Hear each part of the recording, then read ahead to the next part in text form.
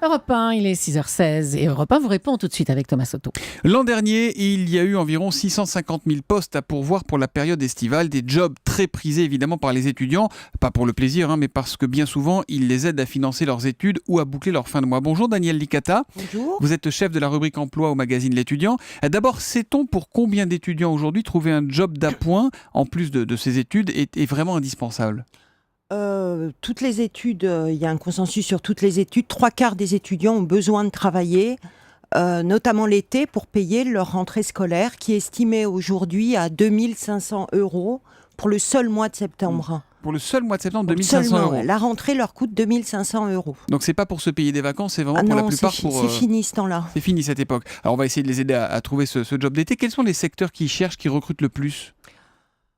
Les secteurs, c'est l'animation, l'hôtellerie, la restauration, traditionnellement avec les vacances, sont des postes effectivement à pourvoir. L'avantage, c'est qu'on ne demande pas de qualification, mais on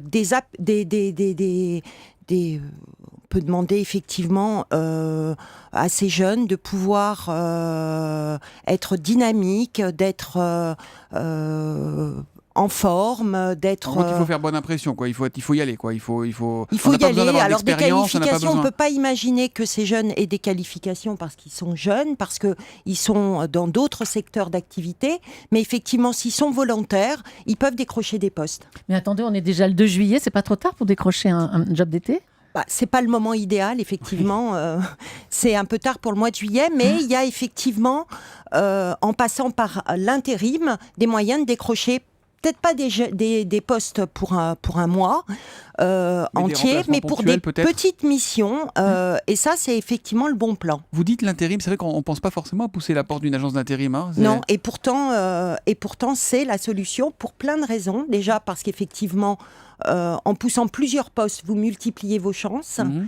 Et puis, ça, c'est une première raison. Et puis, en matière de salaire, c'est plutôt bien payé pour 2 raisons. Un, parce qu'effectivement, après la mission, vous avez une prime de congés payés, de fin de contrat. Et puis, cette fameuse prise de prime de précarité qui n'est pas obligatoire lorsque vous êtes embauché par une entreprise. Quand on passe par une agence d'intérim, au moins c'est cadré, la loi est à peu près respectée, c'est ce que vous Absolument. nous dites ? D'accord.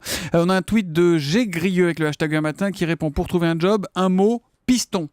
C'est vrai ou pas ça ? Réseau, je dirais, pas piston, réseau. C'est le mot poli pour dire piston.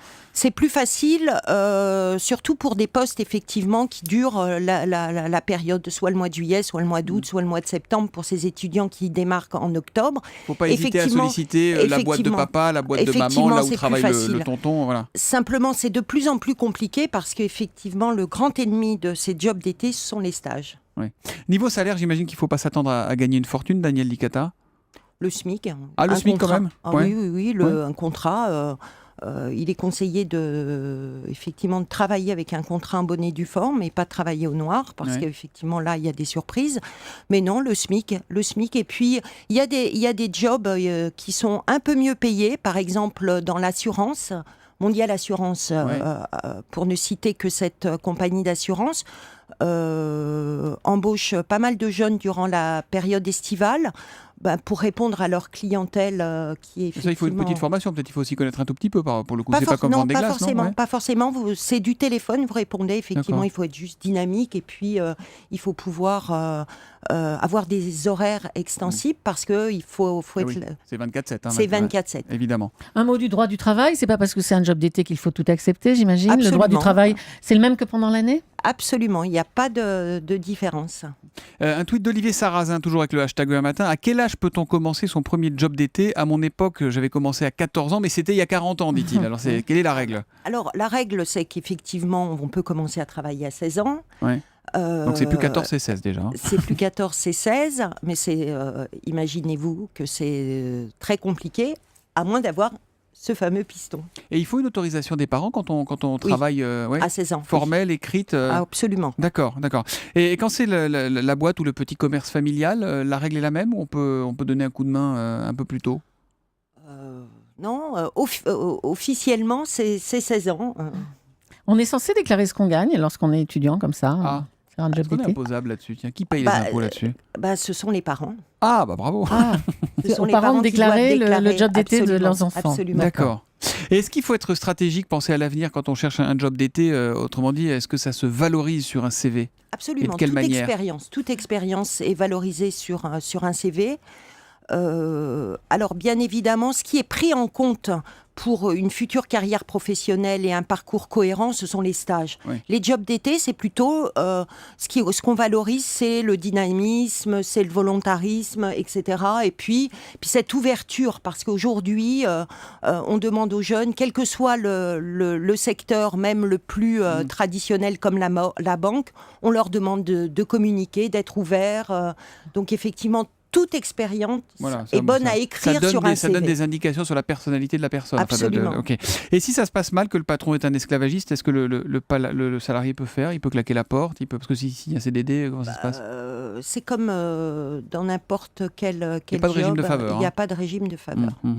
Julie? Tenter sa chance à l'étranger, c'est tentant. Comment on s'y prend? C'est tentant, c'est plus compliqué parce qu'il y a déjà effectivement, on en a parlé au début, cette volonté de gagner de l'argent pour pouvoir payer ses études. Donc partir à l'étranger, c'est déjà payer son billet, soit son billet d'avion. Alors c'est plus facile Évidemment, en Europe. on paye le billet d'avion, on dépense la moitié de ce qu'on va gagner, quoi. Absolument, c'est déjà plus facile en Europe qu'aux États-Unis.